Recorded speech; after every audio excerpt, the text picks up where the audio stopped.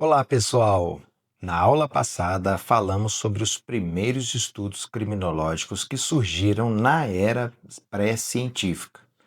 Nós abordamos sobre a frenologia, a fisiologia, a biologia criminal, psiquiatria forense, a psicologia forense, entre outros tipos de disciplinas criminológicas. Também mencionamos os estudos de Cesare Beccaria, Cesare Lombroso, falamos do imperativo categórico de Immanuel Kant, do utilitarismo de Jeremy Bentham, entre outros tipos de pensadores. Agora, vamos nos concentrar em aprender um pouco sobre os primeiros estudos criminológicos na era científica, ou seja, os postulados teóricos que foram desenvolvidos desde o início do século passado até os dias atuais. Então, vamos para a nossa aula? Vem comigo que nós vamos compreender um pouco sobre a era científica da criminologia ou era moderna da criminologia. Ao falarmos de era científica, nós estamos dizendo respeito do que foi desenvolvido pelas primeiras escolas sociológicas do crime. Mas antes de irmos diretamente para as escolas sociológicas, é necessário que venhamos distinguir sobre o que são os métodos de investigação da criminologia. Essencialmente, a criminologia é uma ciência empírica, ou seja, seu método principal é a indução. O indutivismo parte da premissa de investigar um fenômeno a partir de fatos concretos, da análise de dados mais sensíveis do objeto de estudo. Isso envolve um processo de análise de campo, de observação do objeto cognoscente e, por último, a conclusão do que se interpretou das amostras obtidas na observação. O nome disso é indução. Entretanto, há que mencionarmos a existência de uma característica peculiar no processo metodológico que algumas correntes de pensamento adotaram na era pré-científica e, posteriormente, foi reproduzido por algumas escolas sociológicas na era científica. Essa peculiaridade trata-se da análise dedutiva por dados secundários a respeito de fenômenos delitivos. Isto é, muitas correntes se debruçaram no tema da violência e do crime ao longo das eras, sem, contudo, partir da observação de dados primários. Ou seja, essa investigação não foi minuciosa, ela não investigou de uma maneira concreta os crimes, e o delito em si. O crime, apesar de ser objeto de estudo dessa corrente de pensamento, ele não foi compreendido como dado sensível, pois os dados foram obtidos de maneira secundária, seja através de uma publicação oficial governamental ou até mesmo por outro estudo científico, por exemplo. Logo, a proposição teórica não se debruça sobre o objeto concreto, mas da formulação postulatória de dados secundários. Por isso, essas teorias são classificadas como dedutivas, apesar de tratarem do tema crime, que é um fato social concreto. Isso não faz dela teorias empíricas, porque essas teorias foram assentadas sobre o método dedutivo. Por esse motivo, fazemos essa distinção a você, caro aluno, para que possa diferenciar qual metodologia foi aplicada por cada corrente criminológica e você não venha se confundir no curso do desenvolvimento de seus estudos. Lembra que na aula anterior nós tratamos das teorias da era pré-científica? Então, ali temos correntes de pensamento que encampam os dois métodos investigativos. Temos o empirismo, que versa sobre os estudos indutivos, e o racionalismo, que trata dos estudos dedutivos. Observe agora as diferenças entre todas essas teorias. De um lado, temos o utilitarismo, o racionalismo, o imperativo categórico e o justnaturalismo como teorias dedutivas. E de outro, temos a frenologia, a fisiologia, a biologia criminal, a psiquiatria e a cartografia criminal como campos teóricos do empirismo. Conseguiu compreender? Acredito que agora ficou mais fácil para podermos avançar em nossa aula. Então preste muita atenção. Vem comigo que nós vamos tratar um pouco aqui sobre as primeiras escolas sociológicas da criminologia. Impulsionadas pelos estudos precursores da era pré-científica, novas abordagens criminológicas emergiram na Europa e, subsequentemente, na América. Pesquisas que compartilhavam metodologias, objetos e concepções semelhantes foram classificadas como escolas ou correntes de pensamento. Dentre essas escolas iniciais, podemos destacar a escola positivista.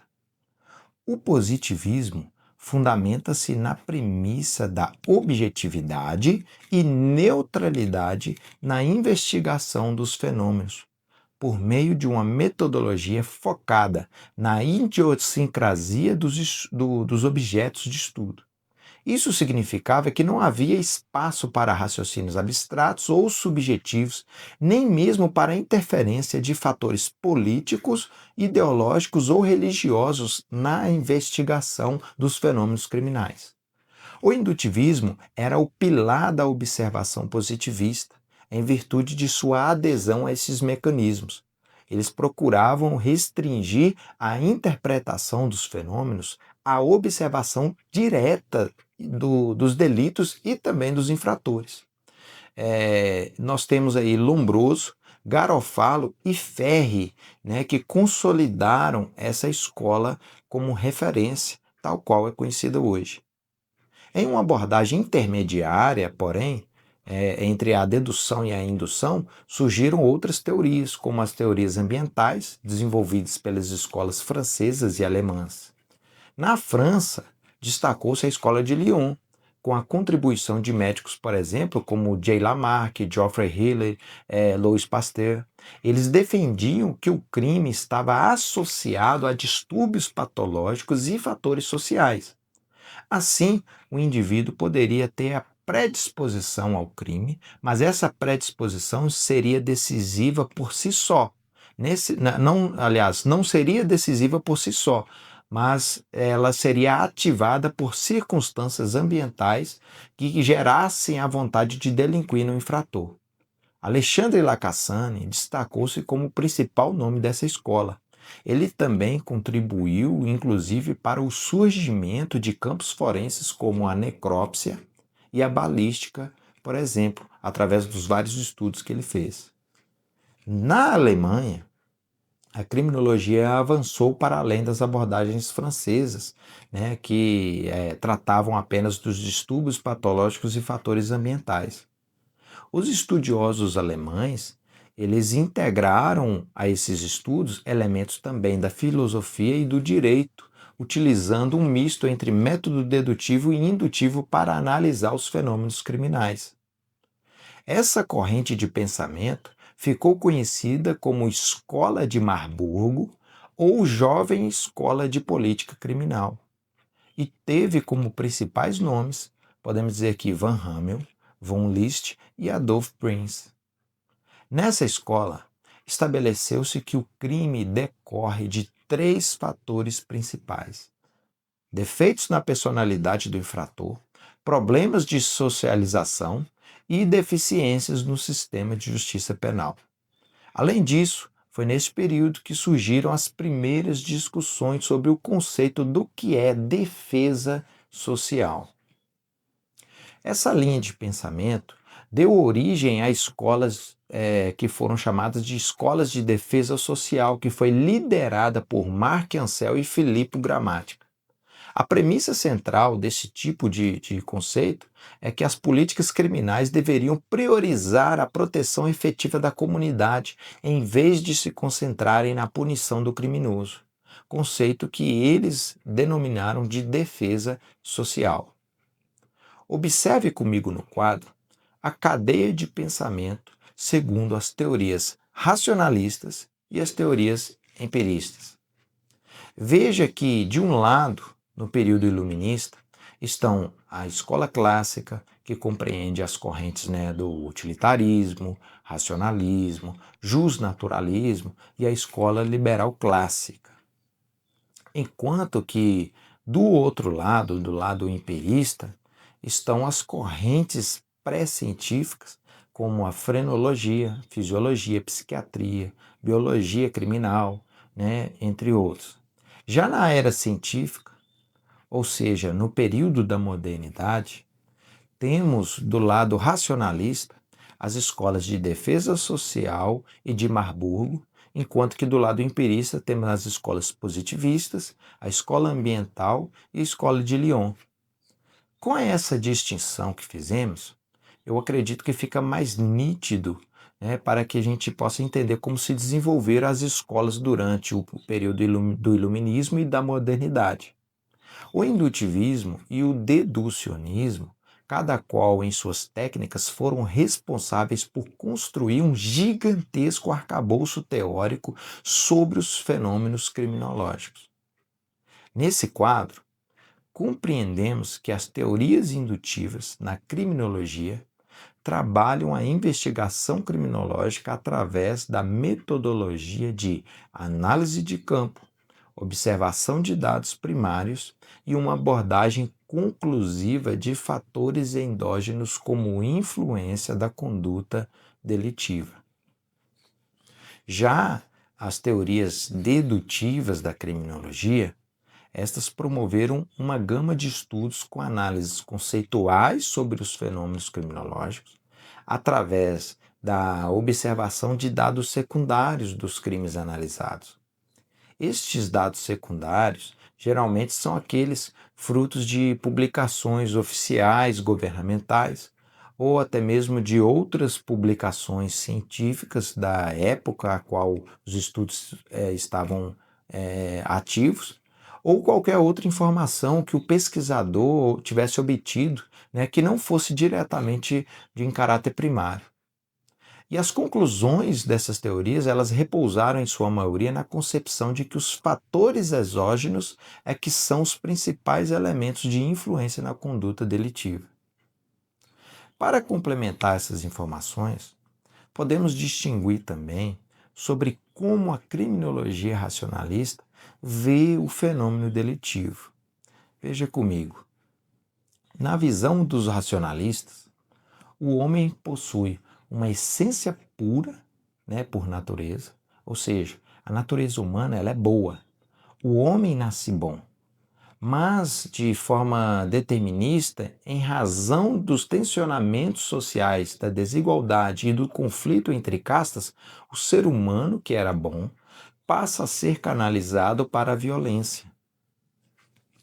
Isso acaba por impulsionar a rejeição desse indivíduo ao contrato social e também das normas morais existentes na sociedade, o que resulta, consequentemente, no surgimento das primeiras condutas desviantes e delituosas. Para essa visão, os fatores externos, ou seja, exógenos e ambientais, são os principais motivadores da delinquência. Quanto ao campo da criminologia empírica ou empirista, as correntes de pensamento defendem que o homem possui uma natureza boa e má ao mesmo tempo. O ser humano detém o livre-arbítrio para escolher que tipo de ação irá tomar. Por isso, ele é dotado de discernimento sobre o certo e o errado e é capaz de escolher racionalmente qual opção seguir. Contudo, eles também reconhecem que as tensões sociais, a desigualdade e os conflitos entre castas podem, de alguma forma, influenciar o pensamento delitivo. Isso não é determinante, mas exerce um grau de influência no processo mental do infrator. Também reconhecem que o crime é uma deliberação individual por rejeitar as normas morais da sociedade e romper com o contrato social. Nisto, os empiristas estão de acordo com os racionalistas. Porém, eles diferem ao concluir que os fatores causadores e motivadores da violência e do crime são fruto de processo puramente interno do infrator, ou seja, o indivíduo ele opta por escolher desviar o seu comportamento no seio social. O crime não é um produto de fatores externos, mas de fatores endógenos, fruto da livre escolha individual, do livre-arbítrio. Bom, meus caros, chegamos agora ao fim de mais uma aula. Nós conseguimos tratar a respeito das principais escolas da era científica e na próxima aula iremos nos concentrar em abordar os sistemas e funções da criminologia, bem como abordar algumas teorias modernas da era criminológica, as teorias modernas da criminologia. Espero vocês até o próximo vídeo.